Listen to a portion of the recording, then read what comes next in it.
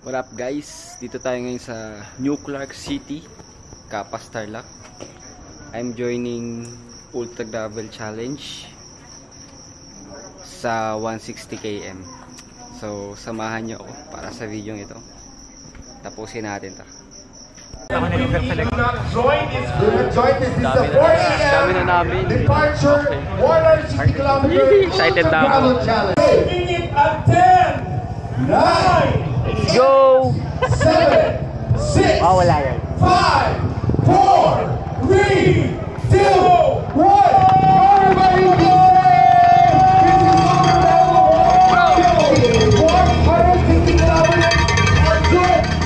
Anadotin gravel riding! Gravel riding!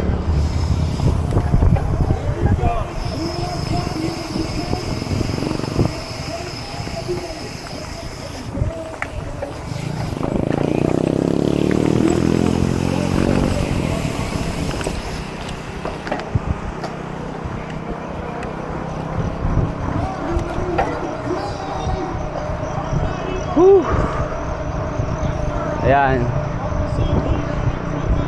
Medyo pinag-insayuhan ko to kaya sasabay ako. Titignan ko kung saan obra yung ensayong ginawa ko. Bibilis nila Sige. So yun guys,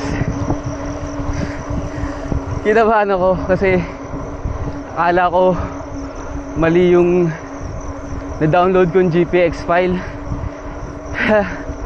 Ay, grabe yung heart rate ko. Pero ang nangyari pala, parang na-sense niya agad yung finish line, tas nag-automatic siyang mag-finish. So ang ginawa ko,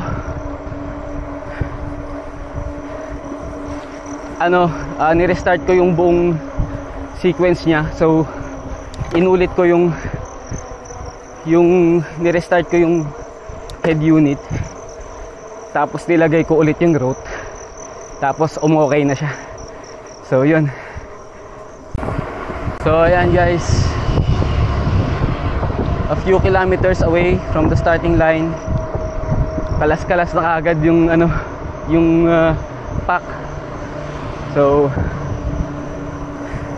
medyo mataas din yung heart rate ko pero ikikip ko to ng medyo matagal.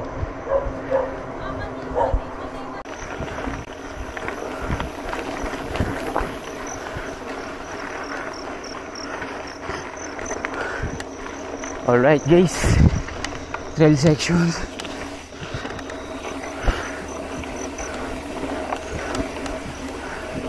Ang dilim, walang kahit anong ilaw.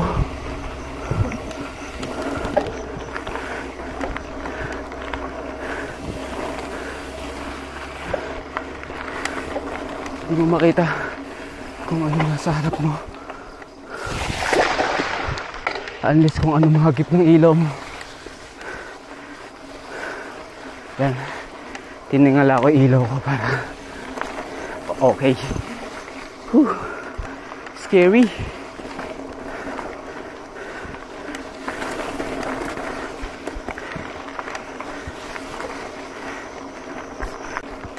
Alright,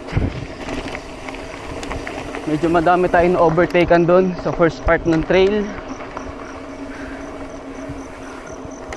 Medyo may nakikita akong kumukuti-kutitap sa unahan. Try kong humabol doon sa group na yan.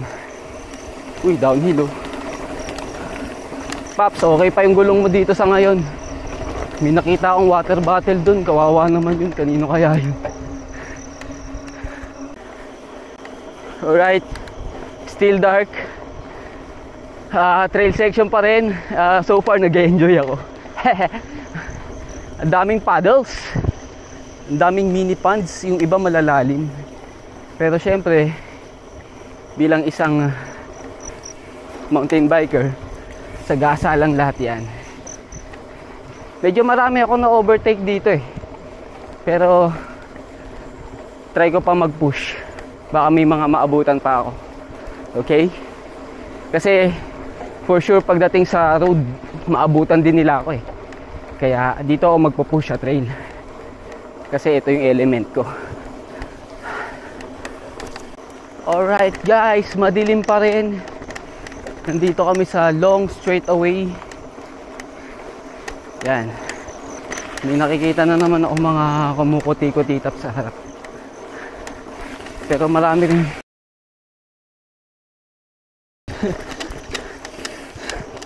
Tik na ako dun. Biglang nagkaroon ng dancing sands.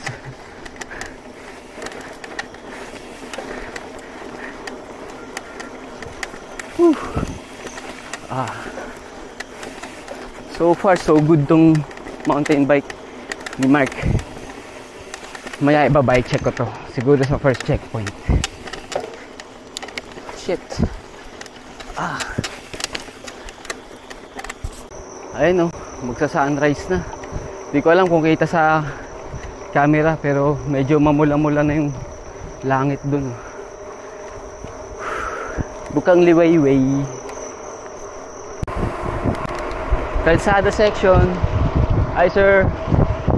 Bilis si sir.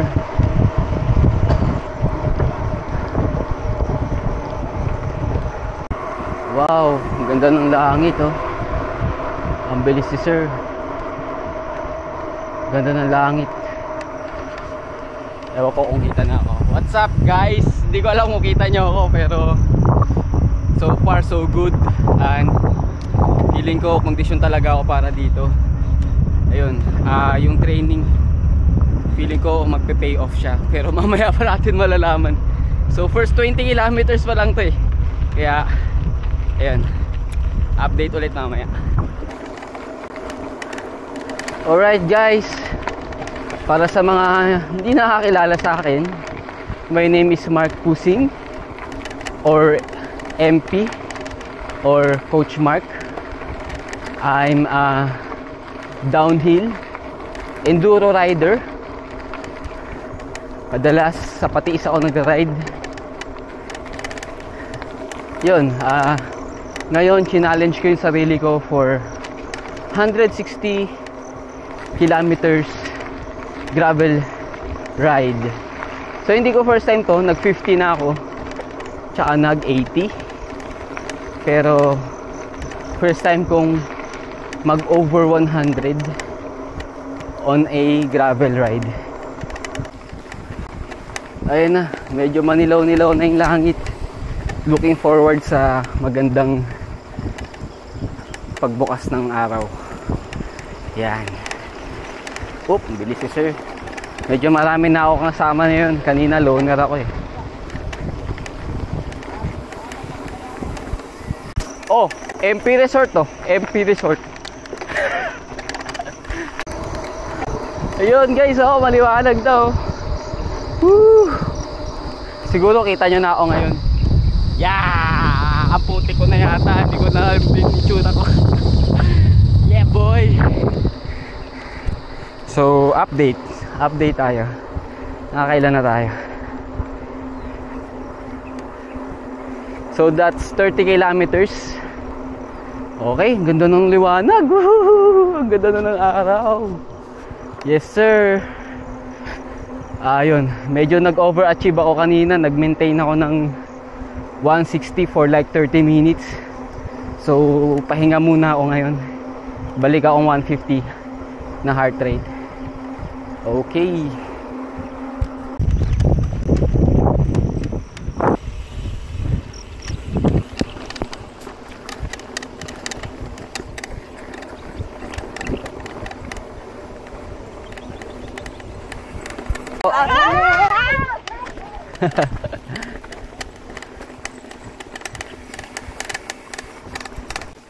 Adventure time. Tama pa ba itong dinadaanan namin? Tama pa naman. Dapat may kakaliwaan dyan. Dapat kakaliwa. Tingnan natin kung kakaliwa. Sabi niya. Tama. Yan, kakaliwa. This is the right way.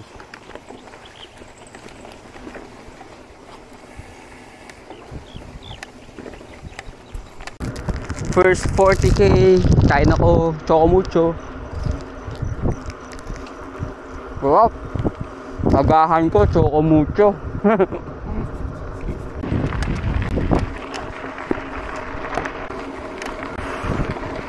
Ganda. Ganda dito. Ganda ng Kapatagan. Oh. Yeah boy. Like that. Teka lang, technical. What? Yun oh. Sir. Taragis ka. Akalain mo may downhill section, no? Ha! Sarap. Pero may uphill. Nye.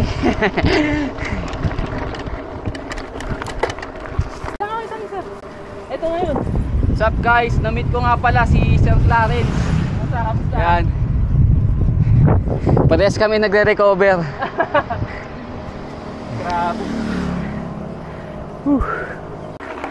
Hello guys, 42 kilometer mark. Nakalas na naman yung grupo. Ayun. Yan, bungad na yung araw. Sarap na magbike. Pero ang galing, first time ko rin mag-trail nung madilim kanina eh. Ibang ano rin eh. Ibang excitement din eh. Parang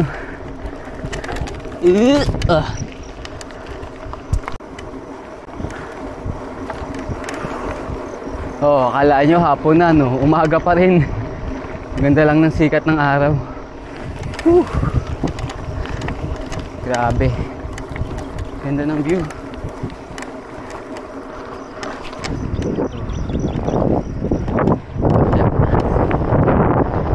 Ayos, diba? Sa harap yung gadis. Panalo.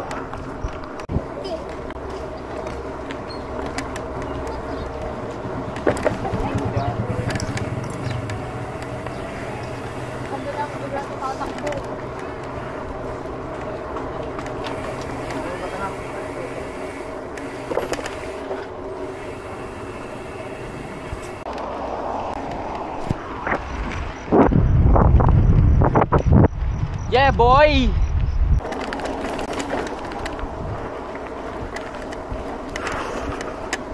So, ganun ba? 55 kilometers in.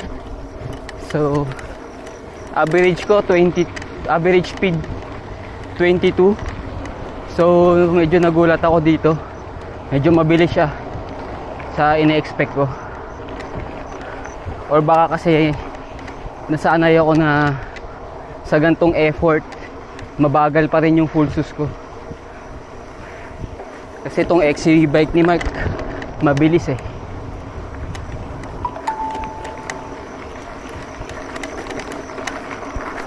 Into the gubat section. Kakanan. Yan. Dali mo, boss. Ayos dito, ang ganda. Wow.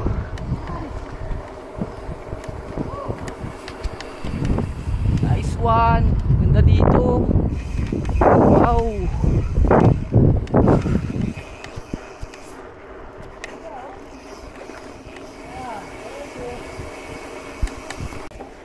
Another gubat section incoming.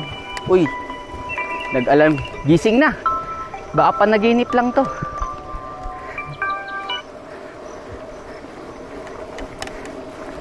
Oopsie.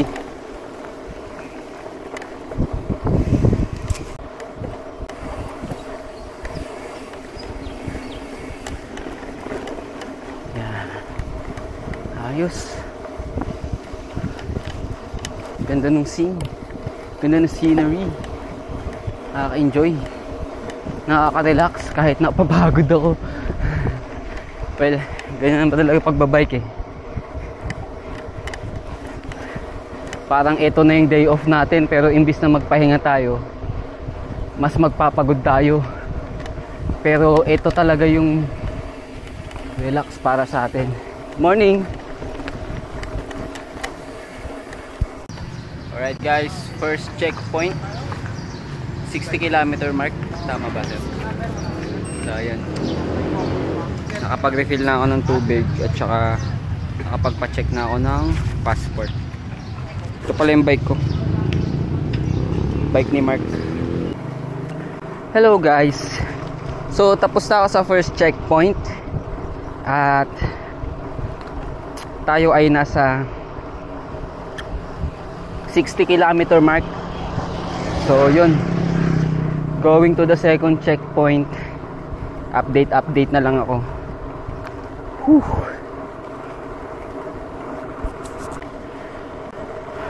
Road section pa rin. Views. Yeah. Sarap magbike. Yes sir. Wow.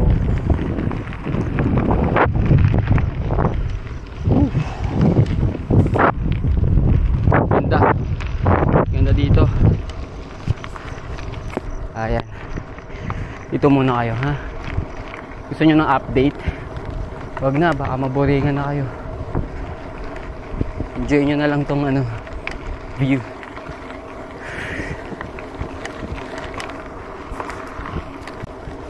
So guys, I want to share with you yung preparations na ginawa ko to be able to at least finish this race. First, before kasi 80 kilos ako. So nagbawas ako ng timbang. So yesterday, bago ko umalis sa bahay, nagtimbang ako.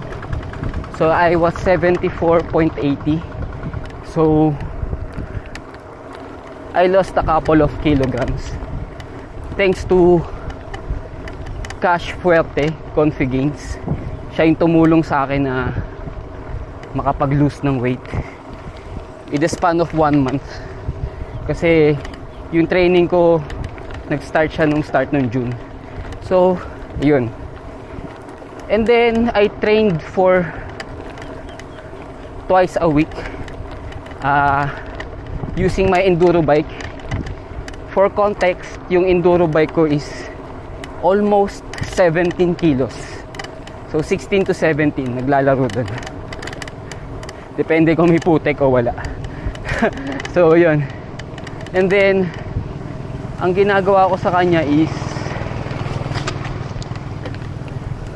every Wednesdays umakit ako ng Antipolo via Sumulong. Tapos bumababa ako sa Tikling papasok sa work. Then every Saturdays pumapadyak ako papuntang Patiis. And then nagte-trail. And then pauwi, dinadagdagan ko pa ng like 40 km. Hello! Wala! So yun yung nag-ensayo ko. So right now I'm using a 9-10 kilogram bike. This is a hardtail carbon fiber BMC. Sobrang gaan, sobrang sarap padyakan. So right now nararamdaman ko yung difference sa bike. Sobrang less effort, mas mabilis, tsaka mas less yung pagod. Kada pedal stroke mo talagang buo yung acceleration, which is yun, masaya. So yun lang guys, salamat sa pakikinig. Update ko ulit kayo mamaya.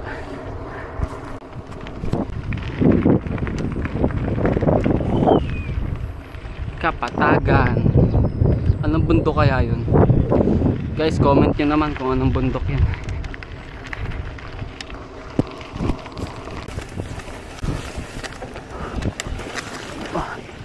Grabe.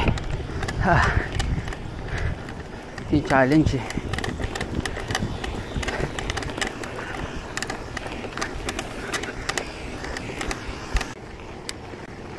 Grabe yung putik nung part na yun. Grabe, napagod ako. Sobrang nagkit. Ang hirap pumadyak. Grabe. Naramdaman ko yung pagod dun. Pero feeling ko medyo high hopes pa rin ako na matapos ko to ng ano, na magandang standing. Hindi ko nga alam standing ko ngayon eh, no? Pero yun, high hopes ako na matatapos ko to ng hindi sobrang wasak.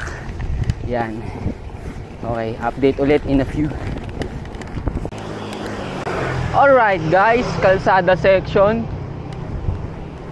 80 kilometers in, so 50%. 80 kilometers na lang. Siyempre nakakaramdam na ako ng konting fatigue, pero not enough para huminto ako. So tuloy lang ang laban. Let's go. Putek.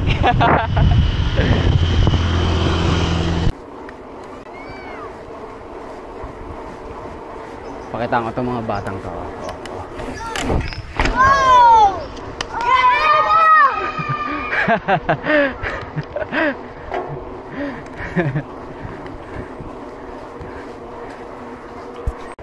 Okay, off-road tayo. Pinaliko ako nung mga local eh. Hindi ko alam kung bakit. Baka hindi madaanan yung ruta doon, or baka may event sila doon, baka may birthday, ewan ko. Basta yun, off-road tayo ngayon. So dadagdag do like 2-3 kilometers, dadagdag to for sure. So yun. So yun, dahil niraroute tayo ng mga local, nawala na naman sa track yung aking head compute, yung aking cycling computer. Nawala na naman siya sa mapa. Tapos nagre-planning naman siya, kaso yung pinapa daal dyan sa akin mas maikli. So ang ginawa ko, tinry kong i-exit yung navigation. Hindi ako nag-end ride, inano ko lang, tinanggal ko lang yung navigation, yung route, tinanggal ko yung route, tapos inano ko ulit, nilagay ko ulit yung route. So yun, nandito na ulit yung ano, yung mapa. So oo, kasi ang hirap eh, wala ang nasa harap ko, tas walang nasa likod ko. So tapos sobrang minimal lang nung mga liko na may marshal, as in sobrang konti lang talaga. So yun, one crucial turn lang, pwede ka nang lumayo ng like 5 kilometers siguro. Kaya importante yung mapa. Kaya as much as possible,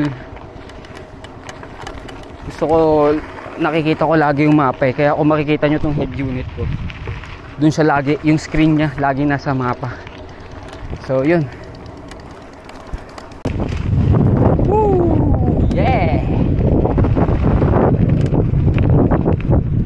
War! Oh, ayos. So yun guys, 100 km mark. Yan. So from this point, I'm pushing past my limits na. Kasi ang pinaka mahaba ko lang na nai-ride on a gravel track is 80 kilometers. So 100 kilometer mark, ayos.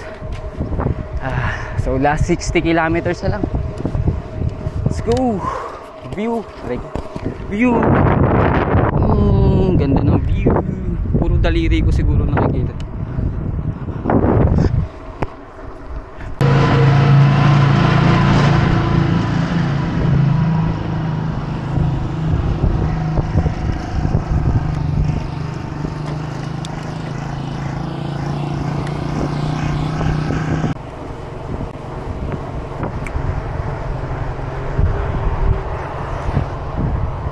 Okay.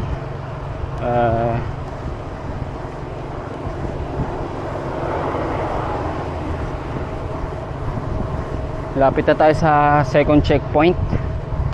So, yun. Yung papahinga ako ng konti doon, siguro mga 10 minutes. Stretching.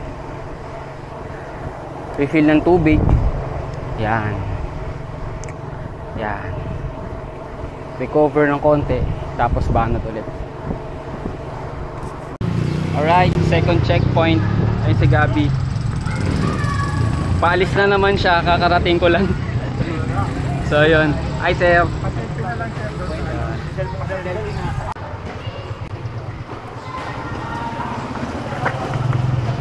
Okay, tara. Tapos sa second checkpoint.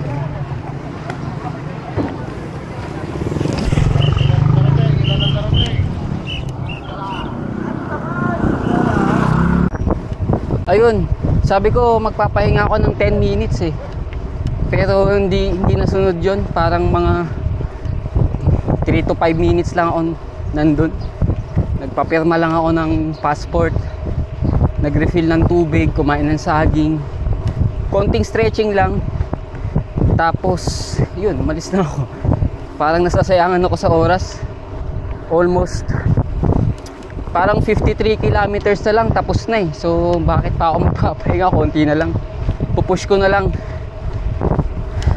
para ma-achieve ko pa yung goal ko.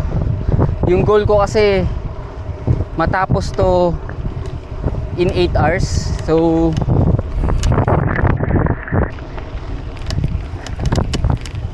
yun, matapos ko siya in 8 hours yung riding time. Yung elapsed time, ewan ko kung hanggang anong oras ko siya matatapos. Pero yung riding time, gusto ko 8 hours lang, tapos na siya.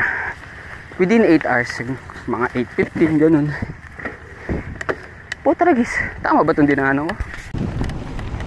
Yun! Uwi! Ayun, after nito, may isa pang checkpoint. Tapos parang 15 kilometers away na lang, papunta dun sa finish line. So yun, medyo fresh pa ako. Parang medyo nawala yung pagod ko eh. Nung na-realize ko na 55 kilometers na lang yung papadyakin ko, parang bigla akong lumakas. Pero yun, parang yun nga, kaya rin hindi ako nagpahinga, kasi parang sayang yung tinipid ko na zone 2, zone 3 kung magpapahinga rin ako. Kaya nga ako nag-maintain ng zone 2, zone 3 para hindi na ako magpahinga eh, para dire-diretso na ako eh. So magiging useless yun kung magpapahinga ako. So far tingin ko di ko naman parang kaya ko na hindi magpahinga, kaya ginawa ko. Hehe. Hello po. Okay, ingat. Thank you po. Guys, sorry. O nga pala, nakalimutan ko mag-bike check. Sabi ko nga pala magba-bike check ako sa first checkpoint. Ano na lang, kung gusto nyo talagang malaman yung bike setup, hintayin nyo na lang matapos yung video. Yun na lang panoorin sa end ng video. At saka yung accessories na ginamit ko, tsaka yung nutrition na pin-repair ko para maka-survive dito sa 160 km Ultra Gravel Challenge. Okay? Alright guys. Ooh, yeah.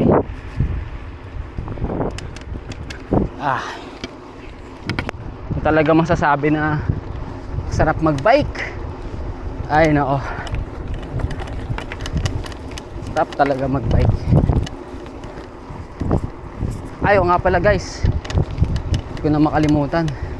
So nga pala magpasalamat sa Supreme Bikes dahil sa pag-sponsor nitong pagsali ko dito. So yung registration ko, pocket money, ginamit ko yun pang accommodation, pang gas, tsaka pang toll. Sagot nila yun. So thank you very much. I'm very grateful. Thank you Pops Mark, the best ka talaga. So yun, love you. Ayun o, Exit Felix, Tambak City. Oy, dadaanan tayong Tunnel Vision. Next, shout out Tunnel Vision.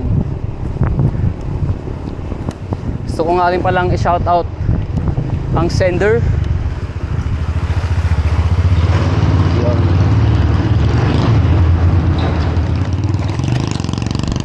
shout out sender, shout out Daily Grind para sa itong napakagandang jersey na to. Susuot ko ngayon, Daily Grind to. Ang lupit. May bulsa siya. So mountain bike jersey na may bulsa. So what more can you ask for? 120 kilometers in. So more or less 60 kilometers na lang. Let's go team. Ay, let's go team. Go Supreme! Just keep pedaling, just keep pedaling. Pedaling, pedaling. Padyak mo lang boy. Padyak mo lang. Dami. What's up mga kaitik?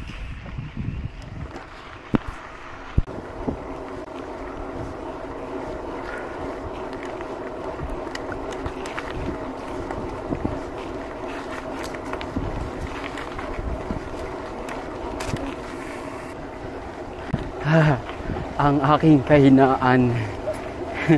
Ahon. Sinabahaba ng kapatagan, aahon ka rin pala. Aray ko. Aray. Sige, kaya natin to. Maliit lang naman yan. Tulay lang yan.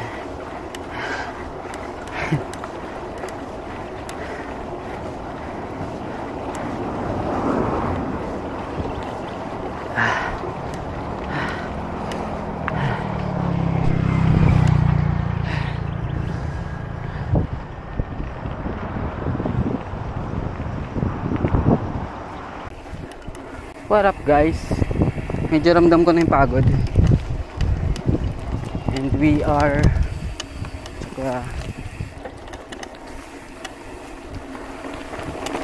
140 kilometers in. So more or less 20 kilometers na lang. 20-25 mga ganun. Hindi pa rin tayo nakakarating sa third checkpoint. Medyo malapit na siguro yun. Yes sir. Medyo ramdam ko na yung pagod, pero hindi naman laspag na laspag.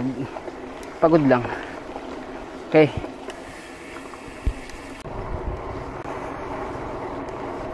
Ganda ng Pilipinas. Kakaroon ng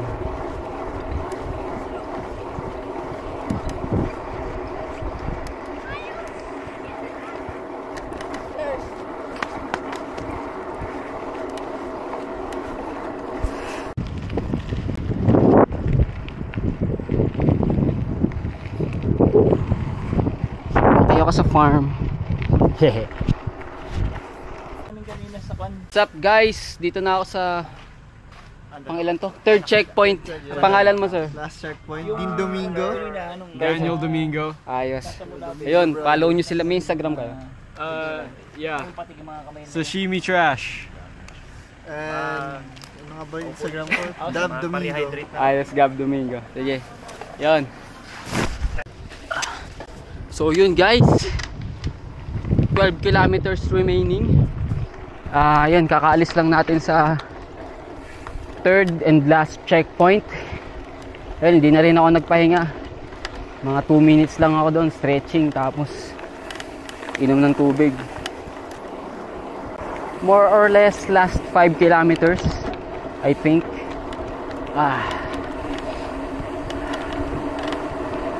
Sarap. Tapos, ay hindi, no. Malapit na siya matapos. Malapit na matapos ang aking paghihirap. I would say mahirap siya, yes. Lalo na kung di ka nag-ensayo. Pero I came prepared. Kaya mas dumali siya in a way. Ayun, it's just a matter of enduring yung physical pain tsaka pagod. Pero like I said kanina, pagod ako pero hindi ako laspag. Yung mga normal na sumasakit sa pagbabike, masakit na siya. Yung puwetan ko masakit na, yung kamay ko masakit na, yung likod hindi.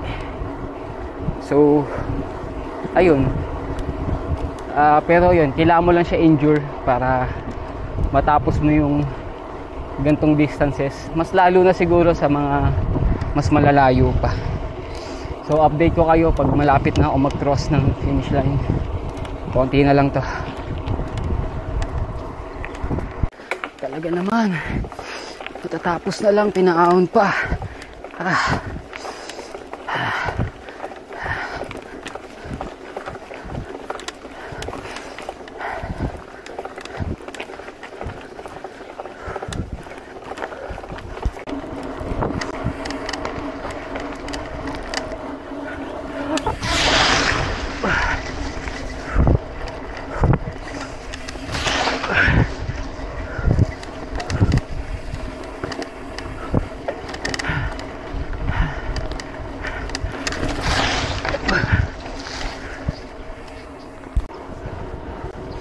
Alright guys, last few meters, last few hundred meters papunta sa finish line. Asan ba? Ito, ayun, finish line dito.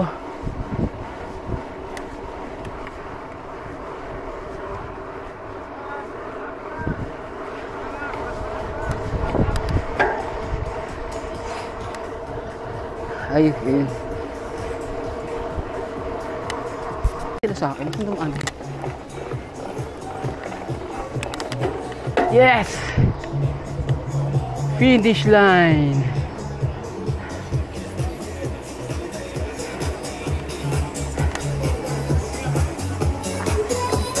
Like to call on Rick Diaz and Peter. How does it compare to your awesome? Mahirap sabayan mga yan eh. So yan guys, as promised, ito yung bike na ginamit ko. So BMC 2-stroke carbon with RockShox seat, equipped with Hunt XC wheel set na aluminum, tapos Continental Race Kings 29 by 2.25 SLX group set, pero XT yung cassette niyan. Tapos XT na cleats pedals, Magin na cyclocomputer, amp 500 na ilaw. Naka-tape yan dalawa kasi nahuhulog sila nung tinesting ko, kaya tinape ko na. Siyempre meron akong extra tube kahit naka-tubeless ako. May nakaipit din dyan na tire lever, patch kit at saka bacon strips, may nakalagay din dyan. V's 150 para sa ilaw ko sa likod. Tapos Dawn to Dusk na water bottle tsaka Magin na water bottle. So yun lang guys, maraming salamat sa panonood nyo sa video ito.